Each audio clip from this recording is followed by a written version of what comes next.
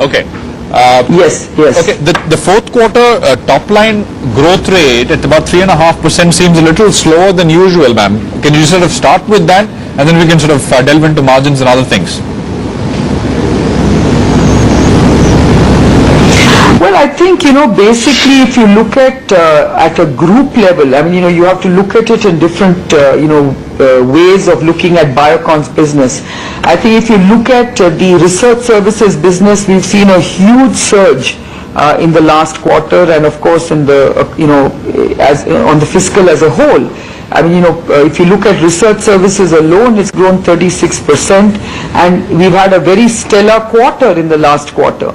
If you look at our biopharma sales, yes, there is a slowdown in biopharma sales for no other reason, but it's basically a end of year phenomenon.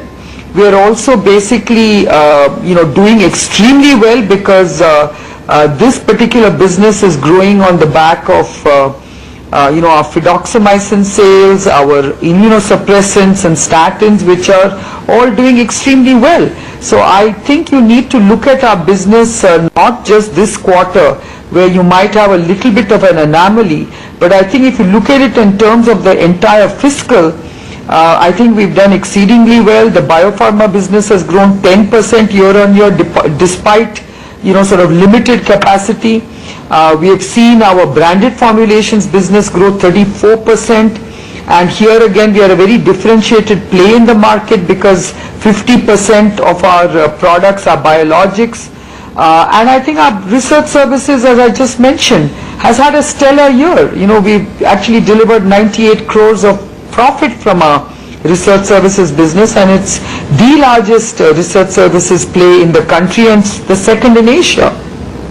Ma'am, margins, if you could sort of guide for margins from here, because I think this quarter there's been a drop of some 550 odd basis points compared to the same period last year, right? Last couple of years, margins from a high of about 30%. Well, it depends how you take. Yeah, last couple of years, margins from 30% have come up to about 20 odd percent. Yeah, I think you have to look at margins. I think, yeah. Correct. So I think in this particular quarter, the margins have shrunk because of two sort of exceptional items, okay?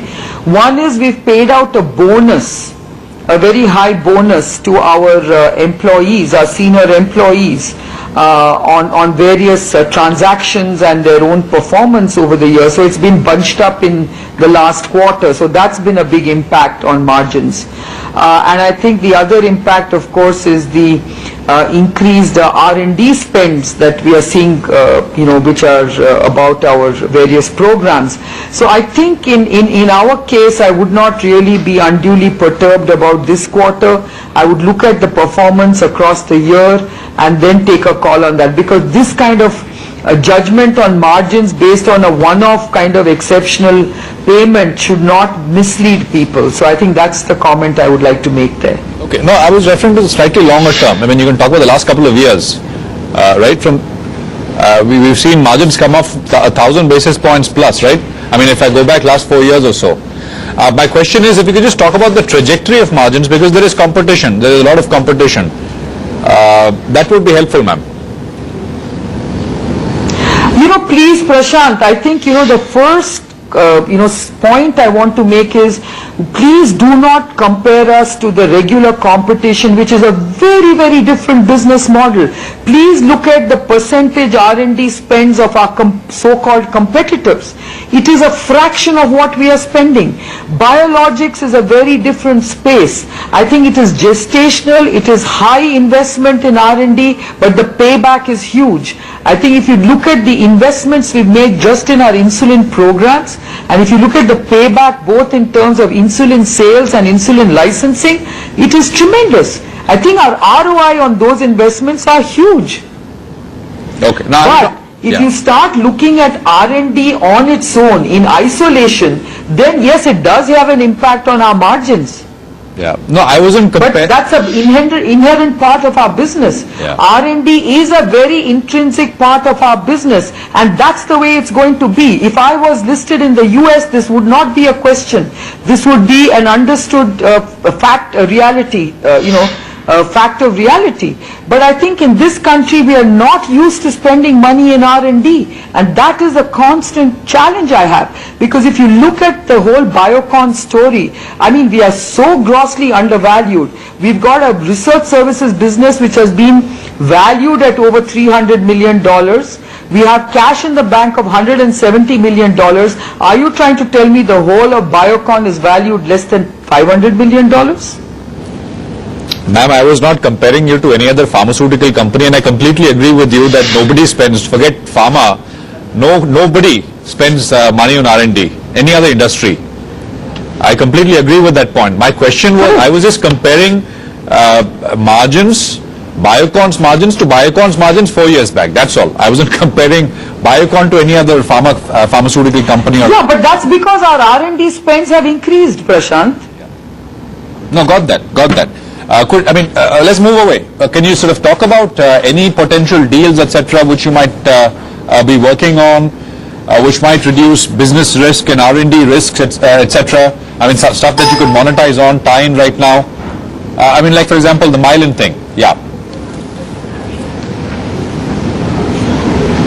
So let me start with the Mylan deal. I think if one understands the Mylan deal, I think you have to understand that this not only brings a very, very capable and a committed partner with whom we enjoy a very, very good working relationship right now because of our biosimilar partnership, but this only expands and extends that particular growing partnership. Now, Mylan's deal is very different to the Pfizer deal. If you recall, the Pfizer deal put the entire onus of development on Biocon. Okay? The Mylan deal is a co-development deal where Mylan actually significantly picks up the cost of development, which really are the most expensive parts of the R&D spend, and that is what you are now seeing as exceptional income that we have now recognized based on the fact that we have reduced our exposure or commitment to development on insulin analogs. And I think that is a very big business aspect for us to look at, because it has de-risked our investment obligations in insulin analogs in terms of regulated markets. So I think that is a very, very good deal that we have struck with Mylan, and we are very excited with that deal. When you look at our other programs, as you know, we have just been approved, our second novel biologic, Alzumab, has been approved. We are due to launch it in the Indian market in the next few months. And, Prashant, I would like to share with you the most exciting part of that molecule is that very recent scientific data has indicated that this is not only a first-in-class drug, but it can potentially be a best-in-class drug. This is the only drug in the autoimmune space that, to use the jargon, spares T cells, which means that you will not get the kind of very, very severe infection rates that can be potentially fatal in many, many cases. Now this then allows you not to have the kind of black box warnings that most other drugs in this particular class have. This is only something that is very valuable when you take it to global markets. In India, this is not understood. It was only looked at as a drug that you're launching in the market, but this is a highly licensable asset, which we will do in due course. Got that, ma'am. Sounds very interesting and novel as well. Appreciate you joining in, ma'am, and thanks for taking out the time as always.